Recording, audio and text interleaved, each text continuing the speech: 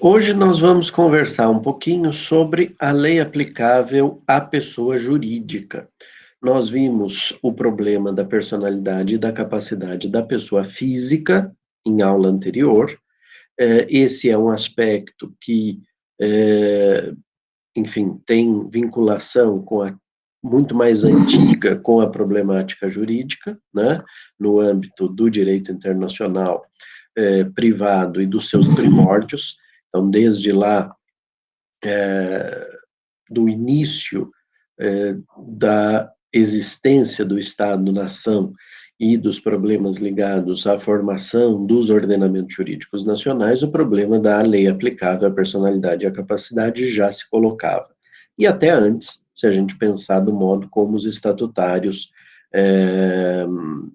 pensaram o problema. Entretanto, o problema da pessoa jurídica e da lei que rege a sua constituição e o seu funcionamento, ele é um problema bastante mais recente na linha histórica, embora seja um problema de extrema importância, porque, de fato, boa parte das relações patrimoniais, que são as que interessam para essa disciplina, elas se configuram a partir da existência da própria pessoa jurídica, que muitas vezes é um instrumento por meio do qual os interessados, os agentes econômicos, encontram para tornar viável a sua atividade. Sem pensar em problemas eventualmente de ordem tributária, que a gente sabe que no Brasil pessoa jurídica paga muito menos imposto do que pessoa física, mas existe um outro problema, que esse é bem mais antigo e foi talvez o mote para o próprio surgimento das pessoas jurídicas. Isso é apontado, por exemplo, pelo professor João Grandino Rodas na tese que ele apresentou quando fez o concurso para professor titular sobre o liame entre pessoa jurídica e o Estado, e essa função que a pessoa jurídica tem de permitir a atividade econômica, a atividade patrimonial, sobretudo porque, com a invenção, entre aspas, não, com a formação de uma pessoa jurídica, você, em tese, resolve um problema que a pessoa física tem. Né? A pessoa física é finita, ela vai ter um momento que ela vai falecer, não tem como ela sobreviver. Entretanto, a pessoa jurídica, ela tende à imortalidade. Se ela for bem administrada, se ela for bem cuidada, e se o objeto da sua atuação se mantiver um objeto de interesse e relevância, ela tende a se perpetuar no tempo. Isso, obviamente, exige a atuação do ordenamento jurídico para permitir que a função a que ela se destina possa ser alcançada. E aqui ganha relevo um aspecto muito importante quando do surgimento do Estado-nação vis-à-vis a pessoa jurídica, quer dizer, quando os dois se encontram na linha do tempo, existe a possibilidade de uma pessoa jurídica constituída no âmbito interno de um Estado querer ou mesmo precisar atuar para além das fronteiras do Estado que a reconhece como uma pessoa jurídica constituída e estabelecida, portanto, com uma autorização para funcionar. Essa circunstância leva à necessidade, pelo menos, de o Estado estrangeiro reconhecer aquela entidade como uma entidade dotada de direitos e deveres no âmbito internacional. Este aspecto é um aspecto que vai colocar uma certa dificuldade, porque, para reconhecer esta pessoa jurídica, o Estado em cujo território a atuação dessa pessoa jurídica estrangeira vai se dar, ele precisa definir qual o critério que ele considera para dar eficácia, pelo menos, à atuação desta pessoa jurídica de origem estrangeira. E notem que até agora eu não usei a palavra nacionalidade da pessoa jurídica. É verdade que, quando a gente fala em nacionalidade, existe uma predisposição para entendermos que um vínculo político-jurídico se estabelece entre as partes. Este vínculo político-jurídico entre as partes é um vínculo que depende da própria condição para o exercício de direitos políticos, votar e ser votado, e a pessoa jurídica certamente não tem. Então, houve uma resistência muito grande na doutrina para se falar em nacionalidade da pessoa jurídica. Isso foi superado, como diz o professor Jacob Dollinger e a professora Carmen Tiburcio no manual deles, quando se percebeu que, na verdade, a utilização dessa expressão, ela tem o intuito, a intenção de criar um vínculo entre o Estado e a pessoa jurídica, mas não necessariamente vínculos de ordem política. Agora, eu tenho sempre um cuidado, uma intenção de evitar o uso da expressão nacionalidade da pessoa jurídica. Tá? Eu gosto de falar, prefiro falar em vínculo entre a pessoa jurídica e o Estado. E aí surge uma dificuldade, que é a mesma dificuldade que nós encontramos no âmbito do direito da lei aplicável à pessoa física, que é o quê? Nós vimos que lá no âmbito da pessoa física existe a possibilidade de alguns estados recorrerem ao elemento de conexão domiciliar. Outros estados usarão o critério da nacionalidade, porque aí para a pessoa física não há dúvida alguma de que a nacionalidade, de que esse vínculo jurídico-político se estabeleça, e existe ainda um grupo de estados que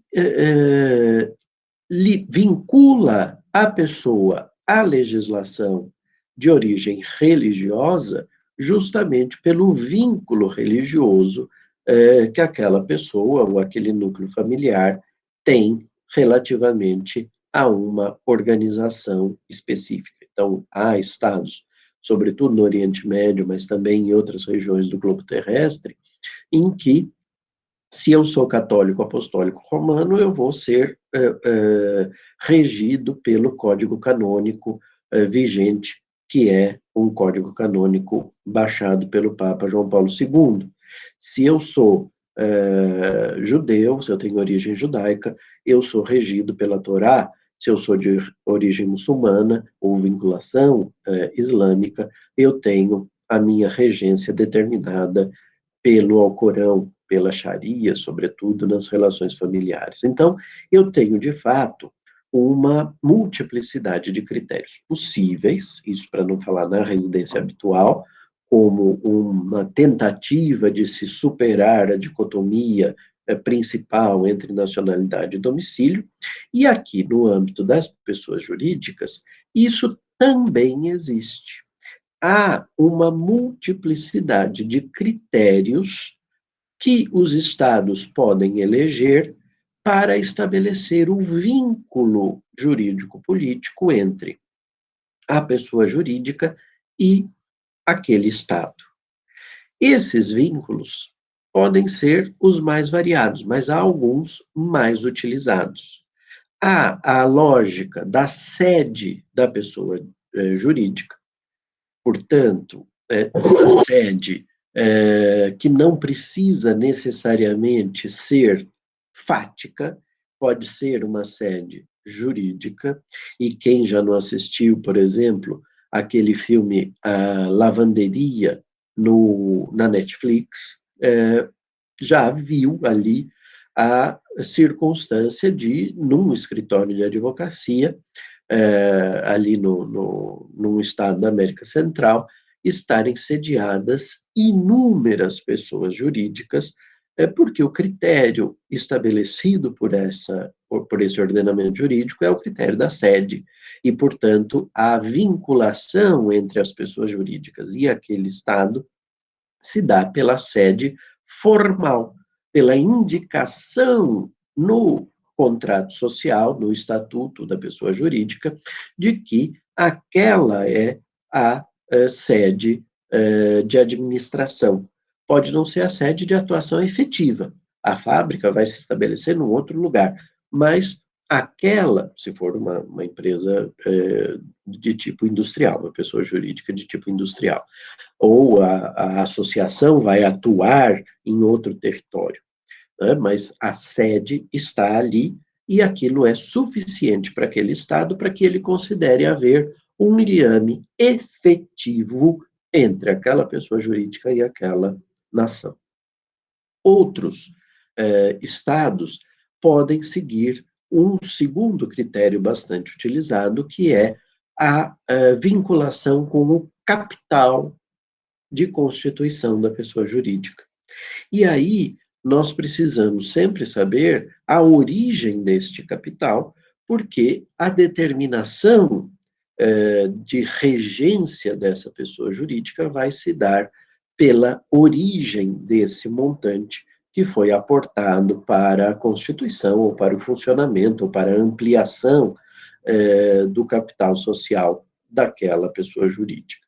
E isso, obviamente, cria uma dificuldade do ponto de vista do direito internacional, porque toda vez que houver alienação do controle dessa pessoa jurídica e da vinculação com isso estabelecido junto com a vinculação com o capital, a origem do capital, coloca uma dificuldade adicional e extremamente importante, já que este é o critério, que é a de estabelecer ali aquilo que nós chamamos no direito internacional privado de um conflito móvel, assim como acontece quando nós, pessoas físicas, mudamos o nosso domicílio e nos submetemos, portanto, a uma lei nova, a uma outra lei que passa a reger a nossa capacidade jurídica dali adiante, existe a possibilidade de,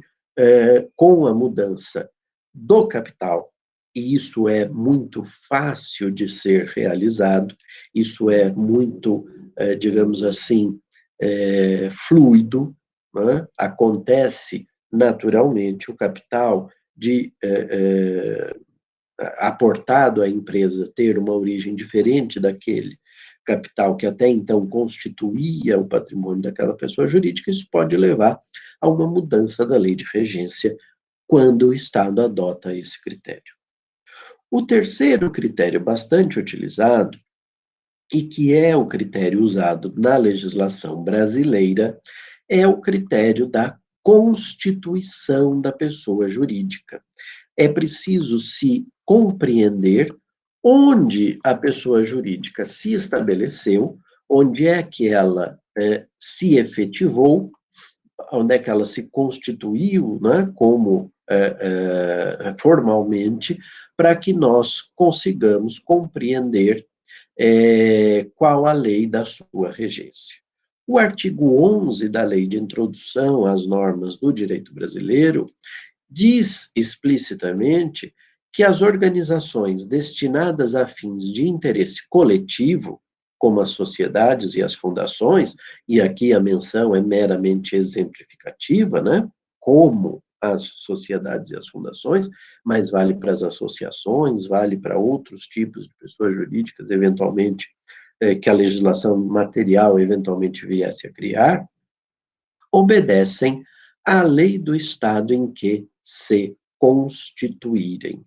Isso é o que diz o caput do artigo 11 da Lei de Introdução, que é uma norma bastante vinculada, portanto, a esse terceiro critério que eu vinha mencionando, o critério de constituição da pessoa jurídica. Se eu constituo, por hipótese, uma pessoa jurídica no Brasil e indico a sua sede administrativa fora do Brasil, vamos supor que isso fosse possível segundo a legislação material, e aporto capital proveniente de um terceiro Estado soberano, para fins de direito brasileiro, o que importa é a Constituição no Brasil. E, portanto, essa pessoa jurídica deverá reger-se pelas disposições materiais do direito brasileiro. Claro que aqui pode haver a incidência das disposições atinentes a pessoas jurídicas de âmbito civil ou de âmbito empresarial, a depender da finalidade que essa pessoa jurídica vai perseguir, né, que ela pretende alcançar. Agora, há também um outro aspecto relevante aqui que eu queria mencionar. Todas as vezes que uma pessoa jurídica estrangeira, segundo os critérios da lei brasileira, toda e qualquer pessoa jurídica constituída fora do território nacional, porque para nós ela terá a sua regência determinada pela lei do lugar onde ela se constituiu. Se ela se constituiu em Portugal, ela será determinada, ela terá a sua regência determinada pela incidência do direito material português. Quanto a isso, não há a menor dúvida. Essa pessoa jurídica pode atuar no território brasileiro? Claro que pode, né? Não há nenhuma exigência da legislação. Claro que pode haver algum tipo de limitação, dependendo do objeto de atuação dessa pessoa jurídica constituída no exterior. Imaginem que ela atue numa área que o constituinte tenha determinado como sendo um monopólio do Estado brasileiro ou um monopólio de pessoas jurídicas constituídas no Brasil ou controladas por pessoas brasileiras. Nesse caso, obviamente, a pessoa jurídica estrangeira sofre uma limitação, mas não porque ela é estrangeira simplesmente, mas sobretudo porque ela explora uma atividade que o nosso legislador entendeu por bem, por interesses da economia nacional, por interesses até de soberania, limitar a exploração, ou pelo próprio Estado brasileiro, ou por por empresas constituídas no Brasil. E às vezes até não basta ela ser constituída no Brasil, é preciso que um percentual do seu controle acionário esteja sob a gerência, sob o alcance de pessoas físicas ou jurídicas brasileiras. Então, por exemplo, em matéria de telecomunicações, nós temos uma limitação como essa determinada na Constituição. E por isso não se admite, por exemplo, que a SIC portuguesa ou a CNN americana controlem integralmente ou acima do limite estabelecido na Constituição o capital social dessas pessoas jurídicas, para que elas tenham a o controle, né, para que elas tenham a concessão deste canal, elas precisarão se adequar à regra brasileira e vai precisar buscar, portanto, investidores brasileiros que aportem capital até o limite estabelecido na legislação. É diferente a simples transmissão por cabo ou satélite. Aí não tem limitação, a gente tem inúmeros. Eu olhei para lá porque tem uma televisão aqui no escritório, ali naquela posição, né, é o hábito. Mas a gente tem uma limitação para a transmissão? Não. E nós temos o exemplo em qualquer operadora de canais a cabo ou via satélite, há inúmeros canais estrangeiros que estão acessíveis aos brasileiros. Mas aí não é, um canal que produz conteúdo a partir do território nacional. Bom, mas isso para lhes dizer o seguinte: essa atuação esporádica, vamos imaginar que é uma empresa portuguesa, voltando para o exemplo, que não tem nenhum objeto que se constitua como um monopólio ou como uma exclusividade de exploração por empresas brasileiras, mas seja uma atividade não limitada pelo constituinte. Nesse sentido, então, nós teríamos a possibilidade de contratar essa empresa portuguesa, por exemplo, para realizar uma atividade de interesse seu, pessoa física? Pode. Se não há limitação, você pode fazer isso. Vai assinar um contrato, o contrato vai ter a sua regência determinada pelas regras próprias desse tipo de relação jurídica, que a gente vai estudar nas próximas aulas, mas há um problema prévio. Essa pessoa jurídica tem capacidade? Quem é que a representa? Ou, para falar com Pontes de Miranda, quem é que a apresenta? Né? Como é que se dá a apresentação dessa pessoa jurídica ou a representação dessa pessoa jurídica? Tudo isso vai ser estabelecido e determinado pela lei de regência dessa pessoa jurídica, que, para o direito internacional privado brasileiro, é a lei do local onde essa pessoa jurídica se constituiu. Entretanto, o parágrafo 1º do artigo 11 diz o seguinte: essas empresas, e antes de ir para o texto do parágrafo, deixa eu contextualizar um pouquinho. Essa empresa portuguesa, por exemplo, contratada por você, gostou de trabalhar no Brasil, achou que tem condições boas, você indica o serviço dela para outras pessoas que você conhece, esses seus amigos, parentes começam a contratar a mesma empresa e começa a haver uma certa habitualidade na prestação do serviço a que ela se destina, segundo a lei de regência, que é a lei portuguesa, como a gente viu. Pergunta: essa empresa precisa obrigatoriamente se estabelecer no Brasil, ter uma filial, uma agência, uma sucursal? E a resposta, em princípio, é não. Mas, muitas vezes, por que não?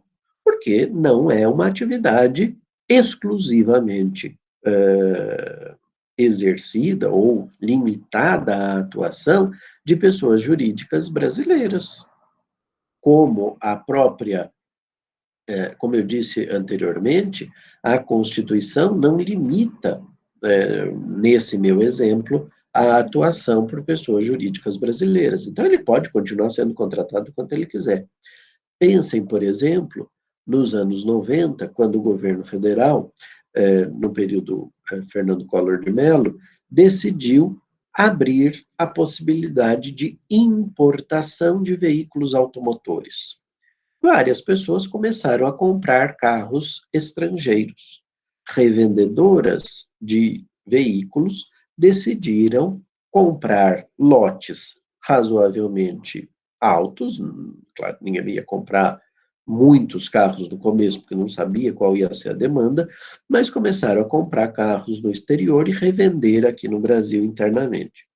Muitas montadoras estrangeiras, porque até esse momento a gente tinha no Brasil 4 montadoras só, não vou falar os nomes aqui para não ficar fazendo propaganda, mas a gente tinha 4 montadoras, e tinha uma quinta montadora, eminentemente nacional, que tentou, de alguma forma, se colocar no mercado e não conseguiu, né? Teve um certo percurso, mas morreu logo, né? Foi uma empresa que não conseguiu sobreviver.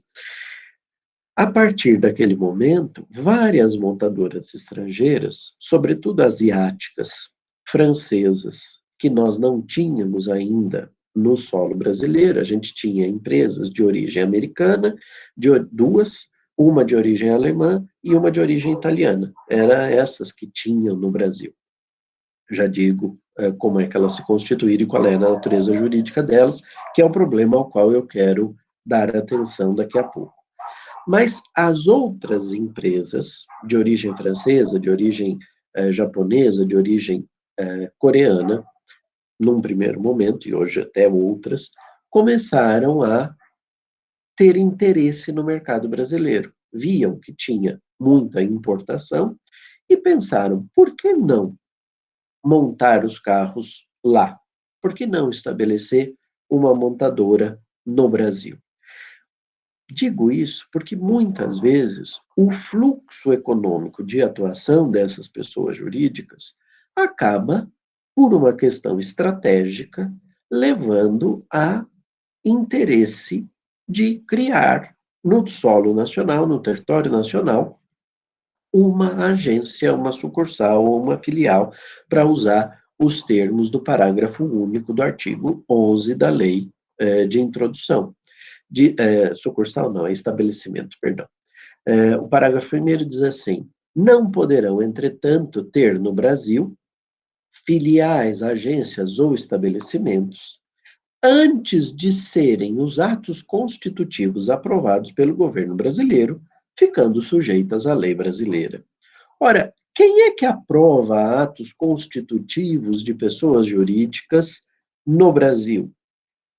De duas, uma. Ou é a junta comercial, se essa empresa tiver uma vinculação com aquilo que nós no direito estudamos sob a rubrica direito comercial ou direito empresarial, ou são os cartórios de registro de títulos e documentos, que constituem associações, sociedades e fundações de origem eminentemente civil, que não precisam de vinculação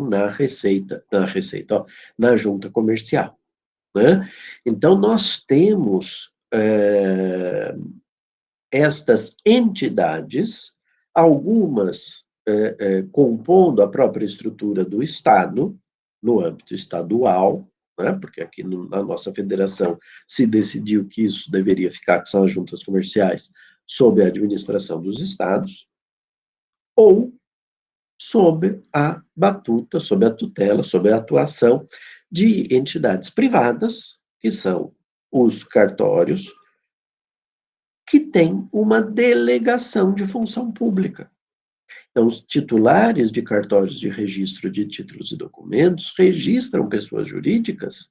Sim, mas eles o fazem a partir de e podem fazê-lo, porque eles têm a delegação da função pública. Ora, nesse sentido, então, o que o parágrafo 1º do artigo 11 está sugerindo e está querendo que seja realizado é pura e simplesmente uma constituição de uma pessoa jurídica XPTO do Brasil. Não é à toa que muitas empresas de origem estrangeira, quando no Brasil, quando atuam no território nacional, ganham essa denominação. Tarará, do Brasil. XPTO do Brasil, ABC do Brasil. Quantas vezes vocês já não viram isso, né? E isso tanto para empresas, como o próprio nome diz, vinculadas ao direito comercial, como para pessoas jurídicas, muitas vezes até de cunho assistencial ou mesmo filantrópico. Por exemplo, organizações não governamentais. Há inúmeras organizações não governamentais eminentemente nacionais.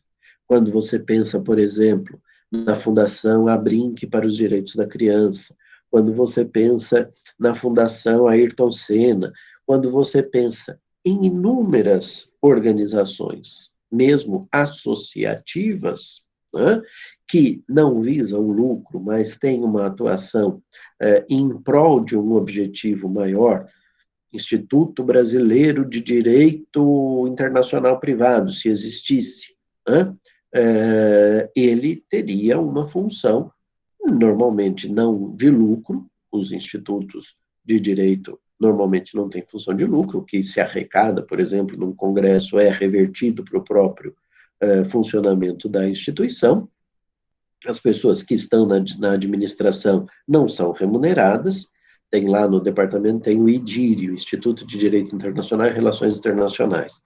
Nós temos os professores, alguns professores estão na diretoria, é o meu caso, mas a gente não recebe nada por isso. Você trabalha em prol de uma causa que é a divulgação do direito internacional no país. Logo, você tem uma atuação circunscrita ao território nacional, eminentemente civil. E por que eu estou fazendo esse disclaimer aqui? Porque, na verdade, as de cunho empresarial, elas interessam à minha disciplina, sim, como teoria, mas elas terão um desenvolvimento em direito do comércio internacional, que é ministrada aqui na faculdade pelo professor José Augusto e pelo professor Masato Ninomiya, né? Então, os dois estão lá cuidando com vocês na matéria obrigatória dessa temática. Mas eu vou falar ainda assim das empresas propriamente ditas. Agora, onde eu queria chegar? Há algumas organizações não governamentais de origem estrangeira que atuam no Brasil. Por exemplo, vira e mexe, eu recebo aqui em casa uma carta de uma determinada organização pedindo doação. Às vezes, eu pago o boleto, que vem lá, é um boleto que não tem vencimento, é contra a apresentação. Às vezes eu não pago, depende muito das circunstâncias. E quando você olha a razão social do titular da conta, é tarará, que é o nome pelo qual essa organização não governamental é conhecida mundialmente, tarará, do Brasil. Por que isso? Porque para ela ter um CNPJ e poder abrir uma conta no banco para receber esse montante, porque vamos lá, eu só emito boletos se eu tenho uma conta de pessoa jurídica. Não sei se é só pessoa jurídica, não sou muito conhecedor de direito bancário, mas em princípio imagino que sim. Você precisa ter uma conta de pessoa jurídica para poder emitir boleto. Para poder emitir boleto, você precisa receber esse montante em algum lugar. Uma conta bancária é o instituto ou o instrumento para essa finalidade. Agora faz tudo por Pix, não é isso? Mas eu sou antigo, então ainda estou na época do boleto. Você tem lá o boleto, mas o Pix também exige uma conta bancária, né? Então você tem a necessidade de abrir numa instituição financeira uma conta bancária. Conta bancária só abre quem tem número de contribuinte, CNPJ, Cadastro Nacional das Pessoas Jurídicas, ou CPF, Cadastro de Pessoas Físicas. Você precisa ter esse número para poder ter a sua conta bancária na circunstância interna. E transferência internacional de valores tem custos razoavelmente altos. Bom, para tudo isso poder acontecer, foi preciso que essa empresa, que essa organização não governamental, tarará, fizesse a constituição no Brasil de uma filial, de um estabelecimento. No fundo, é aquela circunstância que muitas vezes a gente ouve falar, e eu tenho uma birra danada com essa expressão, as pessoas falam assim, é uma multinacional. Né? Multinacional, para mim, é um conceito econômico ou jornalístico, não é um conceito jurídico. Porque, diferentemente das pessoas físicas, que podem ter 2 ou 3 nacionalidades, a pessoa jurídica, a rigor, não tem nenhuma. Ela tem uma lei de regência, que pode ser a lei da sede, pode ser a lei do capital, pode ser a lei do local onde ela se constituiu, a depender do que dispuser a regra de conflitos daquele país. No nosso caso, é a lei do local onde ela se constituiu. Para se constituir no Brasil, é preciso que ela tenha um nome e um registro no órgão competente, para ela ganhar um CNPJ e poder atuar. Ora, precisa chamar tararã do Brasil? Não, podia chamar só tararã. Ou podia ter um outro nome, pim pam pum. Por que você põe o mesmo nome? Questão de estratégia de marketing, muito provavelmente, dessa empresa. Ela já é conhecida por esse nome, vamos por esse nome. Então por que você não põe só tararã? Tem que pôr do Brasil? Não tem, mas é uma questão de organização global desta entidade. Como é que ela vai saber internamente de onde provém as coisas? Então, o hábito é botar o mesmo nome do Brasil. É obrigatório? Não é obrigatório, não tem nenhuma regra que diga que tem que ser assim. Mas é uma possibilidade e é a praxe. Agora, isso faz desse conjunto econômico ou associativo uma pessoa jurídica multinacional? Não. No meu modo de ver, é um grupo econômico, sem sombra de dúvida, se é empresarial, é um grupo econômico que tem a sua relevância, importância, às vezes até com um faturamento que é maior do que o PIB de muitos países globalmente, né? E essa pessoa jurídica de atuação transfronteiriça, de atuação transnacional, ela está gerenciada, ela é controlada a partir de quem detém a possibilidade, dependendo do modelo societário, como é óbvio, ou dependendo do modelo associativo, como é óbvio, mas ela está sob a administração, muito provavelmente, da matriz. E ainda que não esteja sob a administração dessa matriz, ela vai observar as exigências da matriz relativamente a uma série de questões. Então, há uma condução importante deste aspecto administrativo do funcionamento da pessoa jurídica. Tá? Então, se eu pudesse resumir aqui muito rapidamente tudo o que eu disse, eu diria a vocês que pessoas jurídicas, sejam de âmbito civil, seja de âmbito empresarial, elas são regidas no direito brasileiro pelo local onde elas estão constituídas. Essas pessoas jurídicas constituídas no Brasil são regidas pelos tipos societários ou associativos determinados pela legislação brasileira. Há ainda o problema das pessoas jurídicas constituídas no exterior, elas podem atuar no Brasil sem problema algum, se o seu objeto for um objeto que é compatível com eventuais restrições que o constituinte possa ter estabelecido para a exploração econômica de algumas atividades. Se isso não acontece, há uma liberdade de atuação das empresas estrangeiras no país, e essa liberdade de participação e de atuação no território nacional leva à necessidade de que nós analisemos a capacidade jurídica dessa pessoa jurídica. E as regras sobre apresentação ou representação dessa pessoa jurídica, segundo as leis do local onde ela se constituir. Se, entretanto, por razões internas, houver a intenção de estabelecer no Brasil uma filial, uma agência ou um estabelecimento, nós precisaremos que essa pessoa jurídica cumpra as exigências da legislação brasileira, constituindo aqui uma pessoa jurídica. O capital é estrangeiro. Provavelmente será um capital estrangeiro, a menos que eles tenham alguma outra fonte aqui no Brasil e usem esse capital. Mas provavelmente será um capital estrangeiro. Consequência, se esse capital advém de um país que usa como elemento de conexão a origem do capital, eles vão enxergar a empresa como uma empresa vinculada e regida pelo ordenamento deles. Mas todos os processos judiciais, todas as ações em trâmite no Brasil, todas as questões burocrático-administrativas em trâmite no Brasil, serão determinadas pelo direito internacional privado brasileiro. E o direito internacional privado brasileiro diz que vale a Constituição. Como ela está constituída no Brasil, a lei brasileira vai se aplicar a elas a partir dali.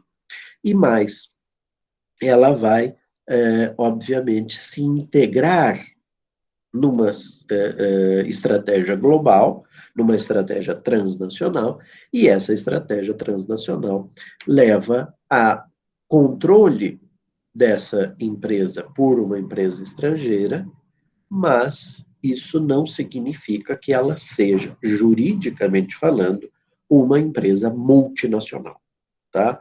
Eu tenho, como eu disse, pavor dessa expressão. Eu não acho que ela seja uma expressão que juridicamente se sustente. Agora, eu ainda preciso falar um pouquinho sobre o parágrafo 2º do artigo 11. O parágrafo 2º do artigo 11 e o parágrafo 3º, mas vamos ver um a um. O parágrafo 2º, ele diz respeito a governos estrangeiros, né? Então, o governo estrangeiro, o Estado estrangeiro, é uma pessoa jurídica de direito internacional público. Não há dúvida quanto a isso. E é também uma pessoa jurídica estrangeira a rigor.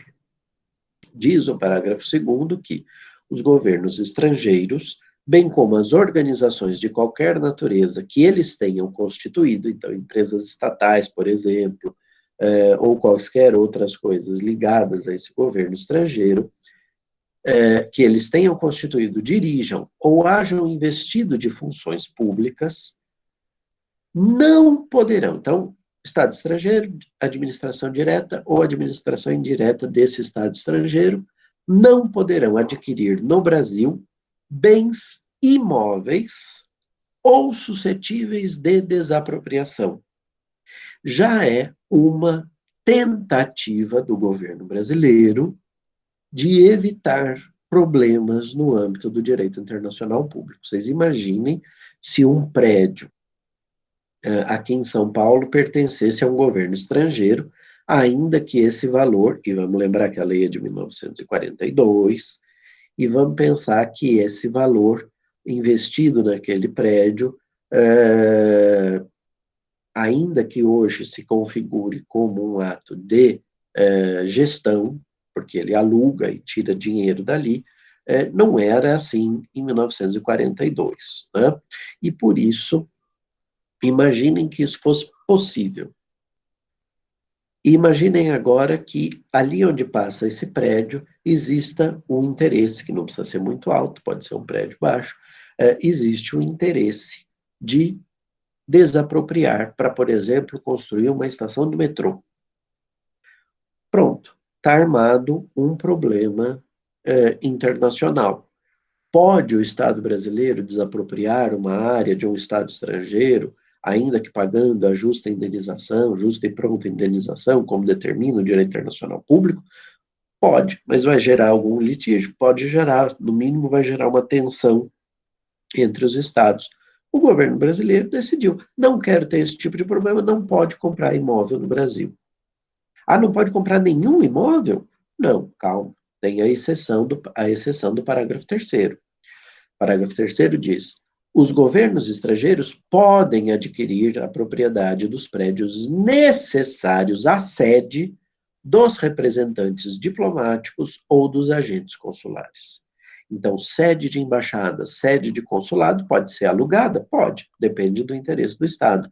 Mas se quiser adquirir, pode também, tá? Mas só para essa finalidade. E ainda por cima, precisa de autorização do Estado, quer dizer, o Estado tem que controlar, o Estado brasileiro controla, ele diz, tá bom, você vai fixar a embaixada, e o outro prédio da embaixada, o que você vai fazer com ele, da antiga sede da embaixada? Eu vou trocar, eu vou estabelecer uma fundação cultural, etc. Aconteceu aqui em São Paulo, o consulado português funcionava ali na Avenida Liberdade, onde hoje é a Casa de Portugal, é uma entidade cultural, e o consulado mudou para os Jardins.